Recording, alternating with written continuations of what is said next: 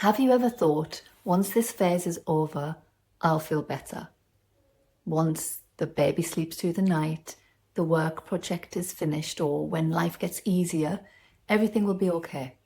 I thought this too, but when everything did change, my exhaustion didn't. After my daughter was born, I was exhausted all of the time, and I thought this was normal. She wasn't sleeping, so I wasn't sleeping. And then weeks turned into months, and months seemed to turn into years, and I was just getting by.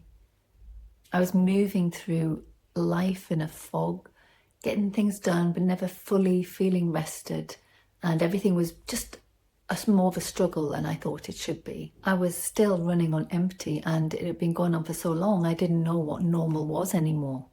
One day my husband said to me, I don't think you should feel so exhausted anymore.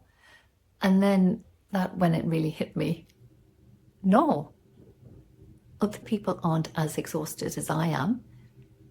So if sleep isn't the issue, what really is going on here? The thing was, I wasn't just tired, I was completely depleted. I had to look at my life differently, but not just how busy I was, but where my energy was going and what was quietly draining me. The first thing I noticed was how often I was saying yes to things. I was saying yes because everything sounded really interesting and possible to do, but actually I was full. My diary was full. I was a new mom, I had a new business, and I was overcommitting myself. And I noticed something else. Everything seemed to take longer than I thought it would. Every action has emails and planning and scheduling and organizing around not just me, but my family and my work now. And it was taking a lot of energy. So every yes was a huge strain. And this all adds up. So instead of saying yes straight away, I decided to say, okay, I'll check my diary, which gave me some time to really think about it and prioritize what I really wanted to say yes to and not overcommit. Because saying no isn't rude. So was I saying yes just to people please? And actually I had to learn that saying no is better than saying yes to something you don't want to do. And next I had to get clear on what I actually wanted, so prioritizing.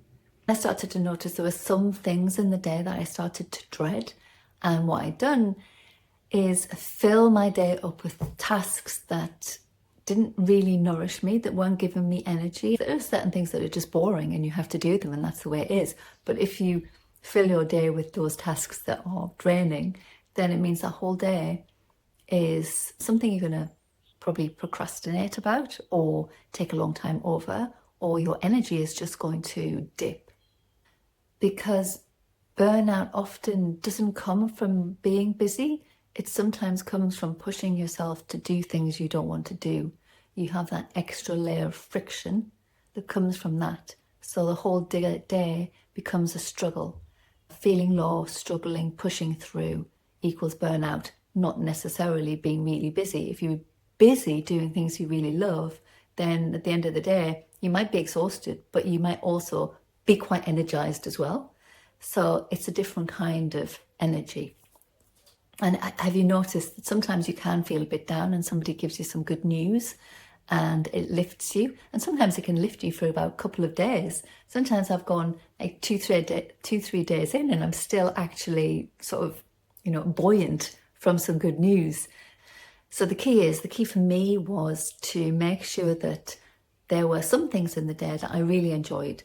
Of course, like I say, not everything can be like that, but if there are, brilliant. Just a few things that you can really look forward to.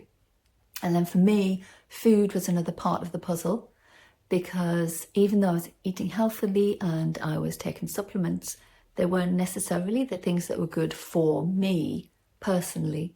So I decided to take a nutrition test and looked at exactly what nourished me, gave me the energy I needed, which allowed me to be more connected to my body. And, the more connected you are to your body, then you're just naturally going to make better choices. And this next thing I did, which was huge for me was to realise that I'd been saying I'll rest when everything gets done, or, I'll stop when everything's finished, and nothing is ever really done and nothing's finished. Everything's just rolling on. So I never rested. I never gave myself time. I never prioritized my time that I knew that I needed. And I'm like, oh yeah, and I'll give it to me. Like I'll do that at the end when I've rested. It never happened. I had to ask myself, why do I feel like I need to earn rest when actually rest is necessary, and you can't achieve and you can't do and you can't really move forward without rest. And really, if you think about it, rest isn't doing nothing. Even if you're sitting, you're doing something. If you're lying down, you're doing something. But also, your brain can be more active during sleep than it is during the day, because that's when it consolidates all the information you've done. That's when it integrates and puts things together. Have you ever noticed, if you want to learn something and you're really trying and going over it, sometimes if you have a good night's sleep, you wake up the next day and everything's there in place. So work, rest, play, they're all really important for getting things done. And rest is very much active. I started to diarise and put little breaks in my day, rather than one huge break or one big rest, which was what I was doing before. Was I was working without stopping and then just really crashing. I mean, crashing is not resting, that's just recovering. So having little breaks meant that I could rest. And then when I really did have my downtime, then I could enjoy it. And you know what? I was actually more productive with these little rests. I could get more done. So in fact, maybe we should rename that rest to a different name. Anyway, I'll think about that. But having more rest is more productive. Burnout isn't failure, it's feedback. We might not be listening so much to our body, but when it really, shouts out to us and says, you need to listen now, the fact that you do, and then you change something, well, that's fantastic. That means that you are caring for yourself.